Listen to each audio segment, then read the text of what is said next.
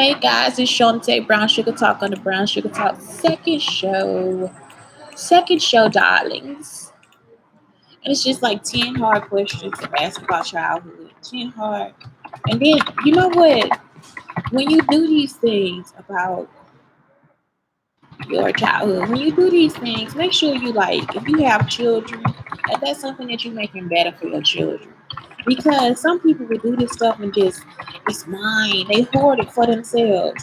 They still out here teaching their kids and all this stuff. You don't have to do that. I'm actually my son's friend. I hate when people say, I ain't your friend. Well, maybe you need to be. Because what if they don't have friends at school? You see what I'm saying? It's like maybe that's something you need to consider.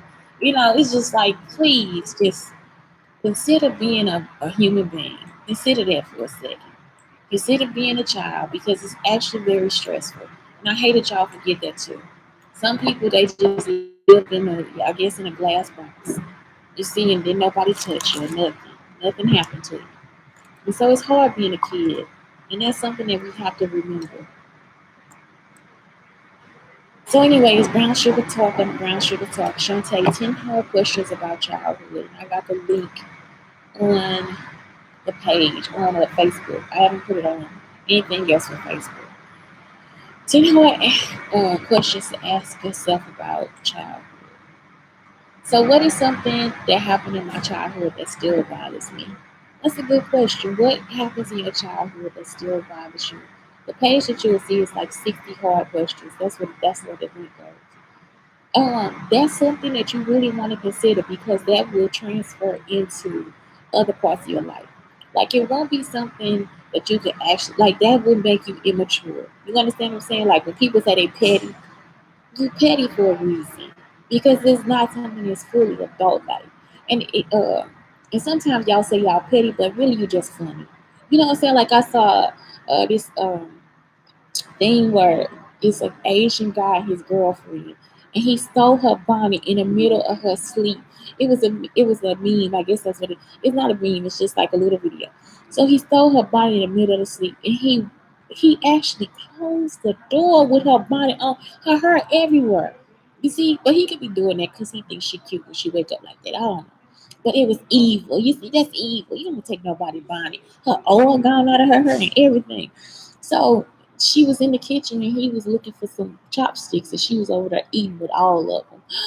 I was like, oh my God. And then they put when you petty as fuck. And it's like, no, it is like cute as fuck.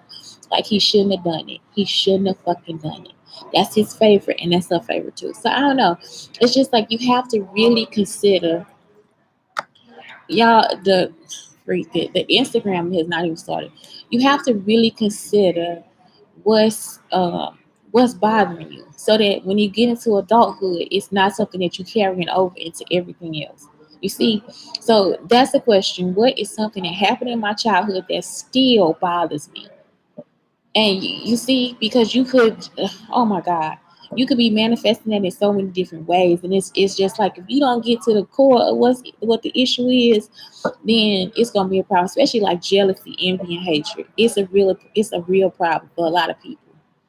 What hopes and dreams did I have as a child that I have given up on? This is something that you cannot stop. Like right now, my goal is to jump. Like I feel like so freaking heavy sometimes. Like it's like I want to jump. Like I actually just want to jump. Just jump. And I always feel like so satisfied when I do it. It's almost like one of the best things that could ever happen. So it's like I know it's not a hope or a dream because I actually still accomplish what I want to do. Like all this stuff I'm doing now, I never wanted to be a lawyer. I didn't want to be a doctor, even though they were pushing me to do all this other stuff. I just wanted to be a writer. That's it. I wanted to have my own show. I want to be on Sesame Street. I still got the same dreams. And so I still do everything I can to do what I want to do. I still write. I still whatever. I still look at law and all that stuff too. But at the same time, it's like I'm still not, that's not something I really want. Even though I could probably do it, it's not what I want to do in my life. I don't. I have no desire to. Until I get this money though, I'm gonna have to be whatever the fuck I need to be though. You see, what primary coping strategy did I develop as a child that I still use today? Um, it's the singing and the dancing. That's what I have been doing my entire life. I get on their nerves, y'all. I'm talking about for real. Don't give me no porch. Don't give me no porch, honey. I'm about to porch. I'm about to sing and dance on the whole porch. It's not a joke. Like I have been modern dancing since I was like little. Like I've been doing yoga since. Like I don't care, and I don't think I got no better. I think I don't have no recollection of getting any better than I am right now. Like I'm not the best singer. I'm not the best dancer, but I will forever do it, especially on days that I'm pissed off. Like especially on days I can't think about it or make it better, because I'm gonna cry, laugh, and talk to them like they right there with me. So that's it. What messages did I receive about what I needed to do to receive love? Nobody gave me love. Like whether y'all know it or not, I grew up with a loveless life. Y'all all thought I had love because y'all thought, man, they got the best house, they got this, that, and the other. And I had actually a loveless life. The most love I ever received was from my son. Um, I actually have had a loveless life. Like I don't think my family ever loved me. They haven't been around me long enough to love me or to actually store something for me like that. And you can tell like now with the treatment of everything and how they don't want to talk to me and stuff like that. I have no type of feelings towards that though. You see what I'm saying? Like I think they can pretend to love, but they don't know how to love. And that's the difference. How my upbringing shaped my view of what I wanted for a healthy family and relationship. So that's something that I wanted. I wanted a house that we could live in, and I wanted a person that I could love. You see what I'm saying? Because I give love. I had good friends that did that for me.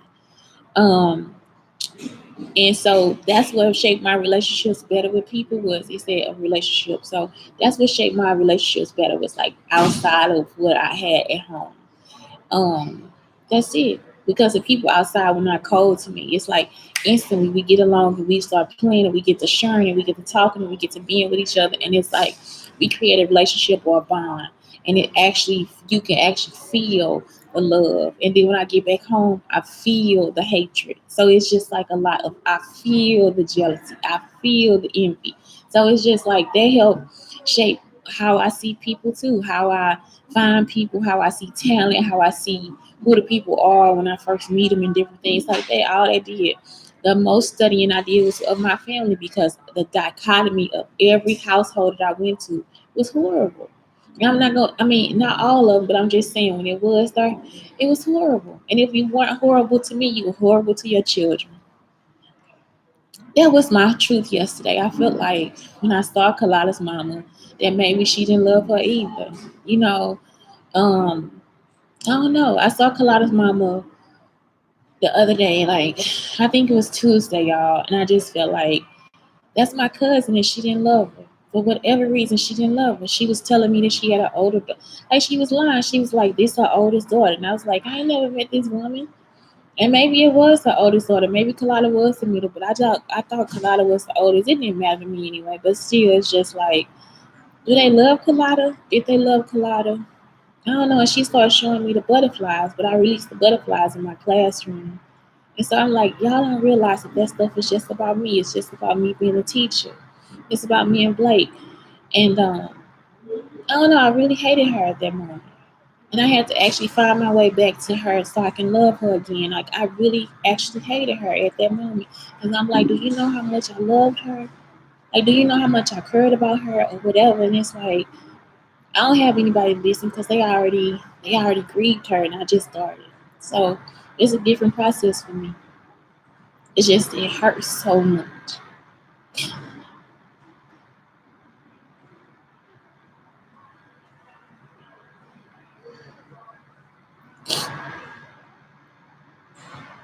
It just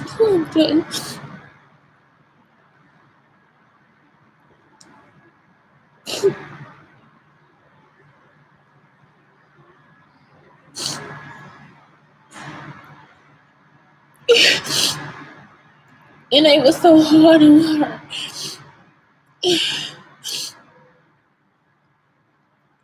One lesson from childhood that stuck with me the most is to go out and do different things with my life.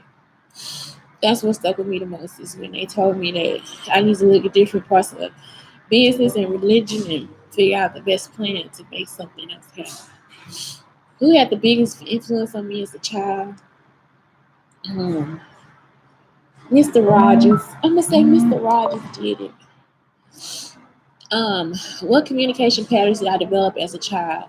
Are they effective or ineffective? I just spoke my mind, and I don't care if it's effective or ineffective or not. It just doesn't hurt me if I don't lie. Like it's like if I just tell you straight up the truth, that's it. I mean, I don't care about your feelings. I'm serious because it'd be like y'all be wrong. Just fuck you. What did I not like about my childhood? I want to change for my adult life.